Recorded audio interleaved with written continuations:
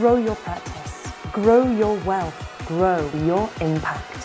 Find out how to spend less time in the dental chair and more time on the things you love. Welcome back to the Dental Wealth Podcast. Glad to have you back for another episode. Matthew is joining me. Why do I say joining me every week? You're always joining me, right? I'm always here. But although we were talking about going out, now that Matthew's in Texas, we were talking about going boot shopping, right? And Matthew's explaining it's a staple here. We've got to get. I'm supposed to be getting boots. That's I guess is what I got to get. So you guys can weigh in on what kind of boots I should get. Do you get brown boots, black boots? If you have any suggestions. That's right. Give us your boot suggestion. I know there's a group of people that wear nice. I know who they are. I know who you are listening because I see you in a suit and boots often. So I need some boot knowledge. I don't have any boot knowledge. Don't worry for you listeners that you know who we're talking to. I'm going to make sure he's taken care of. I'm going to Texas and get some boots. So if you see me in a pair of cowboy boots and and a suit, you'll some know. Dress boots with your suits on. So I didn't even know that was a thing. Yep, that's just all about the heel height, what leather you get. So yeah, we're gonna get you some. I don't think I'll be hurting cattle anytime soon. So it'd probably just be a dress boot. Is that faking it or is they that? Won't just be working boots. They won't be working boots. Yeah, please don't give me working boots. I don't need working boots. I got enough work to do without. When you polish your boots, they're not working boots. See, there's the factor. Okay, because prior military here, I can polish some boots. Now, can you polish skins? Can you do that? Yeah, they got like special leather ointment for it and stuff like that. You can leather just ointment. Shine them up. I do. Yep. You heard it here. You heard it here first on the Dental Wealth Podcast. There's leather boot ointment. Ointment. In Texas we call it ointment. Leather boot ointment. All right, Matthew. So I'm going to try to have a conversation today, and I'm going to push the line here. Okay. So this is I might need my dress boots to walk this line. Those of you who get offended easily or need blood pressure medication might just turn off this episode, okay? So, and no, I'm kidding. But the point is, okay, so one of the things we do at Dental Wealth Podcast is something called newsjacking. The idea of is like what's going on in the news media, what's actually happening in society, what's happening, and bringing that into a conversation, right? Because there's relevant things that are happening. I think we can take from things, whether they're business, whether they're political, whether they're familiar, whatever it is. Like we could pull things and bring them into this conversation because this is the life we live in. So I wanted to talk about ownership for a minute today.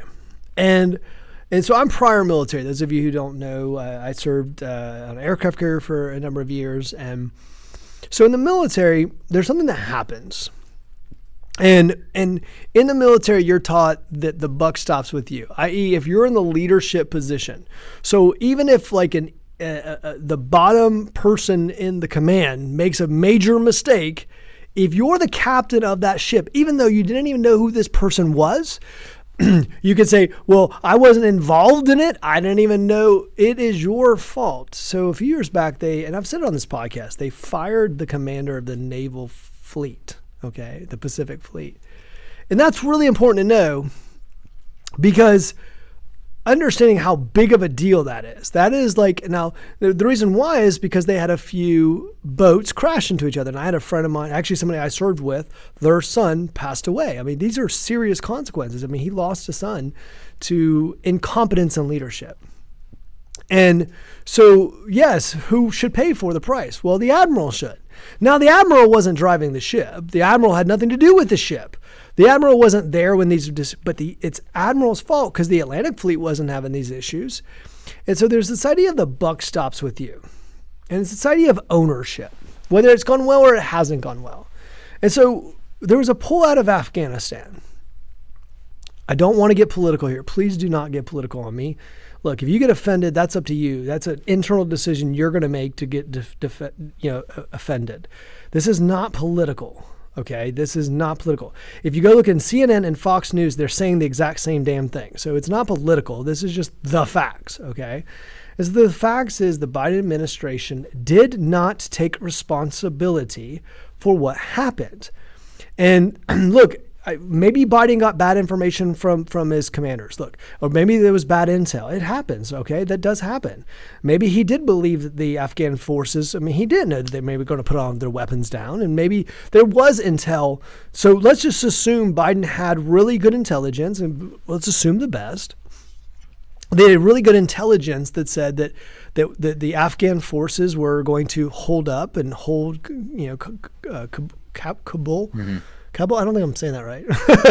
Maybe I am, right? So I think you were. So maybe that is the case. So I'm not beating up Biden. Okay, this is not about Biden or Democrat or Republican. So do not get all political on me. This is about leadership. Okay. And this idea of what should have happened and what we would have all respected more was had Biden got up and said, and we can argue Trump wouldn't do this, but getting up and saying, it is my fault. Ultimately, as a leader, the buck stops with me. And the decision was made, whether I had bad intel, whether, whatever I was told was wrong, I am the commander of the entire U.S. military.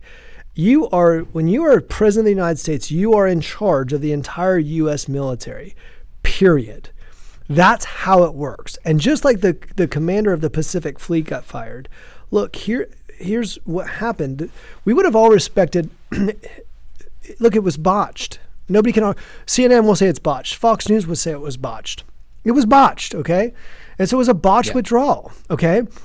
Anyone could tell you, like, now you say, well, and this is why I want to get away from this political stuff. Well, if Trump had, okay, don't get political. Understand that Trump came into office and there was already agreements that he walked away from, okay?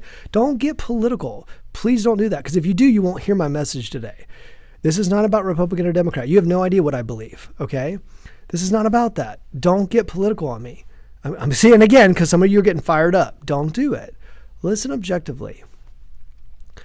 Objectively, we all can agree that the Afghanistan withdrawal was botched. Now, the question is, when that happens, what do you do about it? Do you blame or do you take responsibility? And I use that example because we would have all respected, I think, more. It said, look, I made a mistake. I'm the commander in chief. The buck stops with me. I'm going to make this right. Would have been, I think we would have all respected that from a leadership standpoint more than it's this person's fault. It's that person's fault. I didn't get this. It wasn't that. And so I think a lot of people get into the explanation game rather than just, if the world would be a much better off place if you just owned up to it immediately. And you're just like, yeah, I messed this one up, guys. I'm sorry. Moving forward, I'm going to have things in place that ensure this doesn't happen again. Instead of taking 20 minutes to explain yourself to ultimately say, but it is ultimately my fault. Well, you didn't have to explain yourself. Just admit it and move on from it.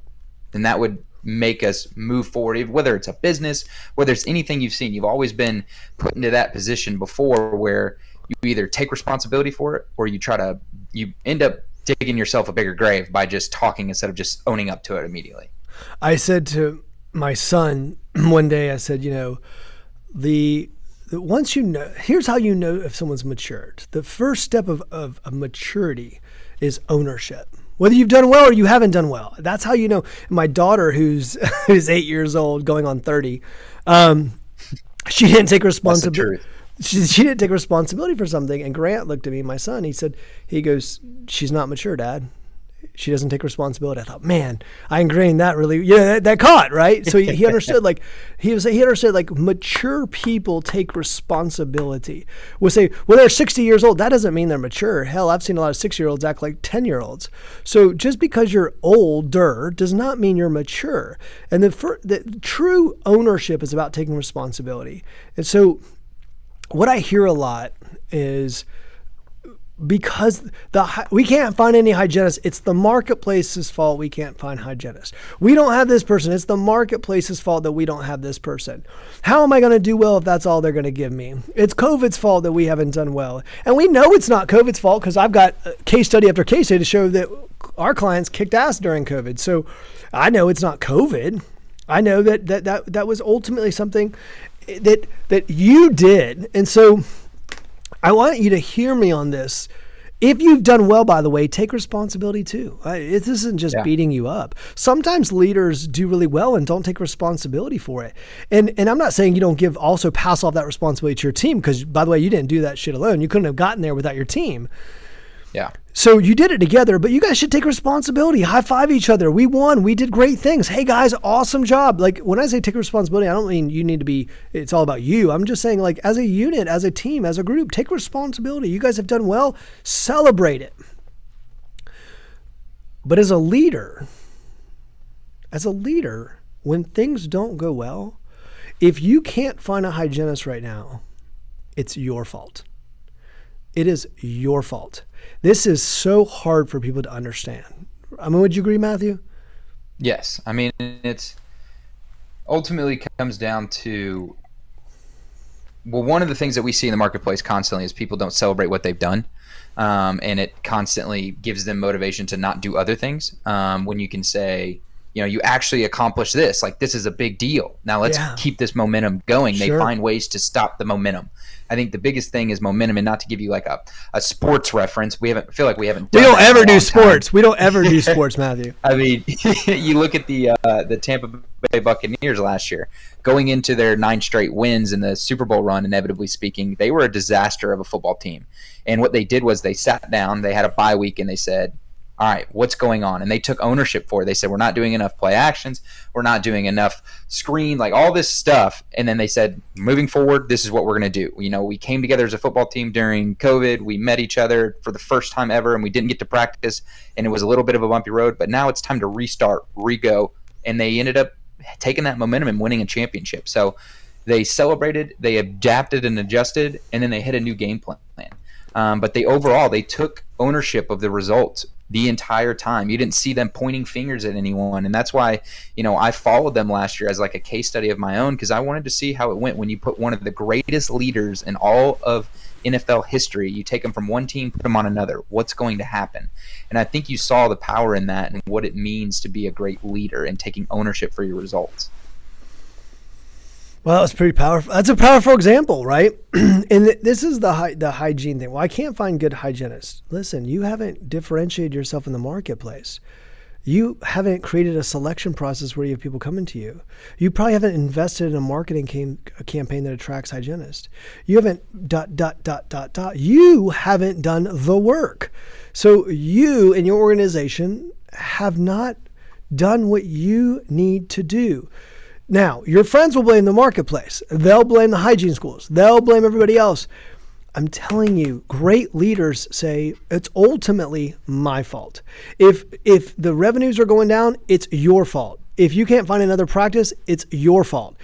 All of it starts with you. And it's this thing where people constantly want to take responsibility and give it to somebody else and say, well, if I could find good people, then I wouldn't have any problems. And if, and they blame this entire, same thing we just saw on the news last week. We saw that, and by the way, good for the news. People argue whether the news is objective or not. I'm not going to get into that because I don't want to get into politics, but ultimately speaking, you saw the whole media as a whole eat Joe Biden alive for passing the buck. And good for them. They should. And whether you're a Democrat or Republican, it doesn't really matter. It wouldn't matter if that's a Republican who did it. It's the point. Because the point is, a leader set a crappy example for the future. And in fact, one of the things people got upset about Trump is they said, well, Trump's not a good leader. And I have to admit, like I don't want my kids listening to Trump. And we don't, like I said, we don't get into politics. This isn't about politics. It's about leadership. Stay with your filter. So, Trump was not a great statesman. Everybody knows that, and so here's the thing, like when that happens, like, why did he pass the buck? It was his first test as a leader, a first test to look at the American people and say, I messed up. And I should have asked, what if it doesn't work? See, here's what happened. He got intel saying, we'll be fine. But he should have asked the question, but what if we're not? I would have asked the question. Okay, what if it goes south? What's the worst case scenario? And by the way, you should be doing this in business. You should be saying, what's the worst case scenario? It's called pessimistic modeling. If you're an MBA type, it's called pessimistic modeling. Hey, That sounds great, because that's a best case scenario. Best case scenario, all the Afghan troops fight off the Taliban, they hold the city, all those things, women's rights are protected, and all these things happen. But what's the worst case scenario? And then how would we deal with the worst case scenario? Ultimately, it wasn't done. And so this is why I need you to hang out and not be political on me. And if you tune out because you're political, if you're upset right now because you've gotten some political affiliation, you need to check yourself. Because I'm not saying whether I'm pro-Biden, pro-Trump, I didn't say anything about Republican or Democrat on this podcast. I'm telling you, as a leadership model, that was a bad model. However, as someone who's been consulting doctors for darn near 20 years, I'm telling you that I see it every single day. And it's the biggest factor holding practices back from being great. It keeps them good.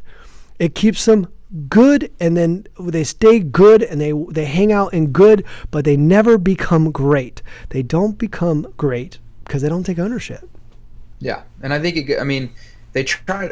A lot of times we see them try to be perfect, but they try to be perfect in the old dental model, where it's Monday to Thursday from 8 to 5. I'm going to try to be perfect in this aspect. Like, I come and go, I know exactly what I'm going to do today, and they don't take the necessary chances to become a modern day dental practice.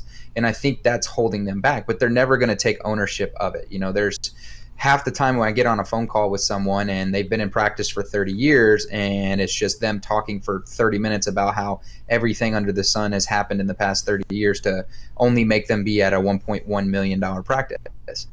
Whereas if I've still yet to have that conversation when someone just calls me and says, listen, it's completely my fault. I tried to do it this way. It didn't work. I'm looking for help. Try to figure out how to do it another way. And I'm still, it's, in my opinion, it's because they get so set in stone in being perfect at what they used to know rather than trying to pull other things in to get better. There was a point where people were really good at typewriter maintenance. At some point you got to realize that the model moved. And I love this conversation because, look, here's the thing. I love that you're saying people don't come into us and say it's my fault. It's my responsibility. I'm the one who made the mistake. And by the way, I think going back into, it doesn't matter where you are in this conversation, we're not just talking about broken dental practices. By the way, I've got plenty of practices that you would consider successful that still do not take ownership for what they could have been doing, the things they could be doing in the marketplace. And my point isn't to beat yourself up either. My point is to look at yourself objectively. And I was just sitting, having a conversation with our team this morning, and I sat down with a team member, and I said to the team member, what should I start doing, stop doing, and keep doing as a leader? Now, I gave him feedback too, right? So that's taking responsibility. I looked at him and said, hey, listen, what should I stop doing as a leader right now? What should I stop doing? Absolutely stop doing right now. And he told me, and then what should I start doing that I don't do right now? And then what should I keep doing? And so it was great feedback, right? And so it's great feedback. I'm like, I got to take responsibility. Now, people don't want to have those conversations because they don't want it to sting. They don't want it to hurt. They don't want someone to tell them what they actually think. And so what happens is we stay in this pretend world. But that insight can be powerful because, look, you got to ask yourself those questions. Like, what could I start doing, stop doing, keep doing? It's a powerful exercise I did. And I think it builds a culture too. I'm just sitting here thinking about this. Like, if you start, so as a dental owner, like you own your business, you'll see a trickle down effect. When you start claiming ownership for things, your team will start claiming ownership for it. Yeah. We do it, it happens in our office all the time. When we all take ownership of it, everyone else starts to take ownership for their own results or their own failures. And it just becomes like a cultural thing where it's, you guys celebrate your wins and you own up to the mistakes and you try to figure out how to move forward. You don't beat up on the people that make mistakes. You just say, you own up to it and then let's move forward. And you'll start to see that as your organization, your culture will change. Yeah, what a great point. First of all, it's not about beating people up. I love that you said that. This isn't about beating people up. It's about people taking ownership. I love that you said that because, and that's a great point. It builds a culture because, by the way, you're the leader first. If you take responsibility, then other people will take responsibility. When all of a sudden they're late to work, they won't blame the traffic. They'll blame themselves. Listen, when I was in the military, you had to be at work at 6:30 in the morning. Okay. Here's the cool part about that. It helps me understand as a leader when someone says traffic's bad. When you're in the military, you couldn't say traffic was bad. Like you get court-martialed for that. I mean, you can go, what we call it, captain's mast, maybe captain's mast, so they can throw you, and they'll throw you in the brig for it. I'm serious. Like, I mean, you can't be late. I had a buddy of mine in the Army in the 82nd Airborne, and he was late, man. It was pretty much the end of his career. He was late to something, and really a big deal. So, like, you can't be late in the military. Well, how do you help them that? Well, you make sure you leave 30 minutes before you have to leave, because that way, just in case stuff happens, you're ready. Now, the military prepares people for this for the same reason. You got to take responsibility. If you're late, it's your fault in the military. Hey, it's your fault. It's nobody else's fault. It's not traffic's fault. That's bullshit. It's not traffic that you're late. That is not true. It's your fault because you didn't get up and make sure you were here on time. That's the facts. We live in a civilian society where people are used to saying, well, it was the weather, it was the traffic, it was this. And we don't take ownership enough. In the military, they teach you to take ownership. I think in civilian life, we don't. And we get constantly blame the schools. And matter of fact, you can see in the culture right now, we blame this and we blame that. I mean, we're being taught, and our kids are being taught to blame. It's this person's fault that held me back. It's this person's fault. It's that. And we're getting taught. I mean, there's groups in the nation who really want you to spend all your time blaming everybody else for your shortcomings. Look, it's your responsibility. And I'm not talking about people that don't, like I said, don't get political on me. I'm talking about there's people that ultimately blame nonstop for whether they did well or didn't do well. And so we want you to, I'm just encouraging you as somebody who is looking at your business or if you're looking at your business saying, what's really went well? Like what's went well? And so that's why I said, keep doing. Keep doing. What should I keep doing that's going really, really well? Hey, what should I stop doing because it's not working? And when you start taking responsibility, and I love that you said culture, people in the organization start saying, hey, look, my boss isn't perfect. The doctor isn't perfect. He doesn't have to be perfect. He's trying his best, or she's trying her best. And they know that. And then it's like, okay, well, we're trying our best. But sometimes the best fails. I mean, you can go to major corporations who've had products that have just failed miserably. But they got to take ownership. Yeah. In business, when we make a mistake, we put a lot of money into a project and then it didn't work out. We call that sunk cost. All right. And so there was a doctor one time, he'd spent a bunch of money on a piece of property that ultimately it just didn't work out and he wasn't going to be able to develop it. And, he asked me my opinion. I said, you're going to learn the definition of sunk cost, right? And so sunk cost means ultimately that we as a business realize we take responsibility. We say, look, ultimately speaking, this is not going to work. And so I'm going to stop doing it. And there was a cost to pay and I'm going to move on because I'm not going to throw good money after bad. And so I want you to look at your practice and say, what could we start doing as a practice, right? What could we start doing? And what should we stop doing, right? What should we keep doing? I think you start looking through these models and start saying, look, we got to take responsibility. Where should we be? Where are we? By the way, 2021, listen, the government's been cutting checks. As much as you guys hate the fact that you can't find team members to take care of all these people, okay? A lot of people are doing procedures that they wouldn't normally do because they're getting checks that they normally wouldn't have.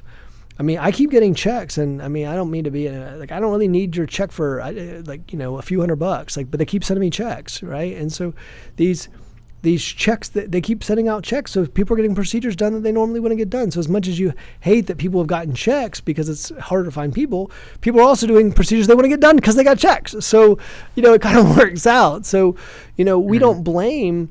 If you blame the checks, remember the checks are what's also feeding you too. So it's like, that's why we don't blame. We don't blame the economy, we blame everybody else. We go after it. We adapt, we overcome. That's what thing in the military, we constantly talk about adapt and overcome. in the military, we're not allowed to make excuses.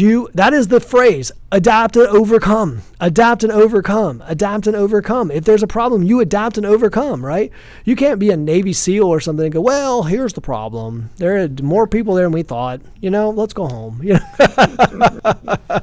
would be something. Right. And if I was listening to Jocko Wildnick, if you don't know him, you should listen. I mean, good guys.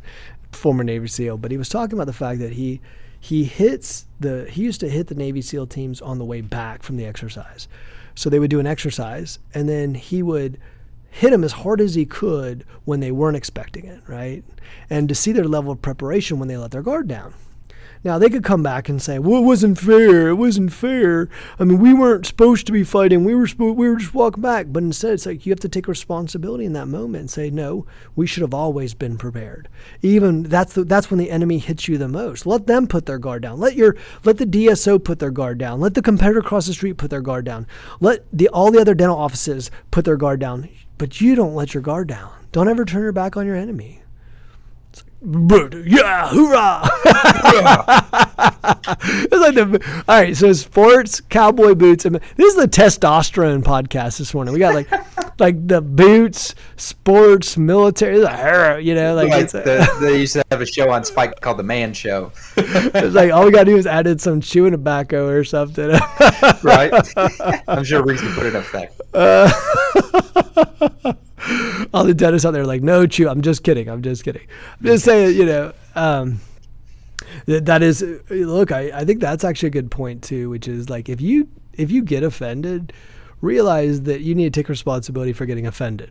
Like, does that, if some people are looking to be offended, some of your patients are looking to be offended, some doctors are looking to be offended. If you're offended, take responsibility. You allowed yourself to be offended. Stop being so offended. Everyone's offended these days, Stop being so offended, Oh my gosh, he said something about Biden. I'm offended. Stop. Like sometimes it just takes a second to just take a deep breath. Like, I don't even know myself. Like, wait a second. This is not that big of a deal. Why am I getting so worked up over this? It's going to be fine. Take a deep breath. Woo-saw, and you'll be fine. Well, here's what I would tell you. It's like, I'm talking about the testosterone podcast. Someone's like, well, what if I'm a female and I like, sports and the military? Look, this is what I'm saying. Don't get offended. I'm just kidding. Okay. Look, here's the thing I want you to take from this podcast. Is this, look, I want you to become a great business owner. This podcast is done through passion. It was created through passion. This is not our main marketing source for our business. And in fact, I would argue we've had very few clients come from the podcast. We've had some, but that's not what this podcast was always set up to send a message to the marketplace. It was always meant to talk about what successful businesses do and what the changes and modifications are in the marketplace, what you need to be doing and how to adapt, right? And as much as our, there's a lot of great information on here. But I think this is one where, a podcast like today, I think it is turning off the noise of everybody else and saying, look, how are we doing? Right? And maybe you did really well. You've made some great changes and take responsibility for those. Let's win as a team. Go celebrate as a team. And the other part is, look, when things didn't go right, you haven't been able to find the right people, you don't have the right management process, you don't have the answers, then what you do is you take responsibility. And and I think that's such a key thing. And I think it's like you walk away from this podcast, do the exercise I talked about, and it's going to give you all kinds of tools, but then, take responsibility for the things you need to. And as Matthew so brilliantly said, it'll change the culture. It'll change the culture. Instead of people saying it's her fault, it's his fault, it's not my fault, it's traffic fault, people will start taking responsibility. You are the leader and you set the example. I think Joe Biden missed an opportunity. I think he missed an opportunity to look like a leader. Opportunities to make such a strong statement only come. I think his advisors made a mistake. Ultimately, it wasn't Joe Biden. His advisors told him this is what you should say. They were wrong. I think they should have taken responsibility for what happened in Afghanistan, because ultimately we're all blaming him anyhow. So the best thing he could have done is said, I made a mistake. Let me fix it. I'm going to fix it, and here's what I'm going to do. That would have been the best thing to do. And I would encourage you in your dental practice to do the same thing. When something goes wrong, do not blame the traffic. Do not blame the marketplace. Do not blame DSOs. Blame yourself. Take responsibility and say, look, the buck stops with me. At Tower Leadership, the buck stops with me. If something went wrong, it's my fault. Ultimately, it's always my fault. And so, celebrate when things go well. And if they don't, then take responsibility and see how you can adapt and become better as an organization. And never, ever say, we don't have anything wrong. We're perfect. We're great. We've got everything moving. Like everything's perfect. And then you're Coca-Cola doesn't have everything perfect. Home Depot does everything, but no one has everything perfect. So you got to take responsibility for the ways you can grow, right?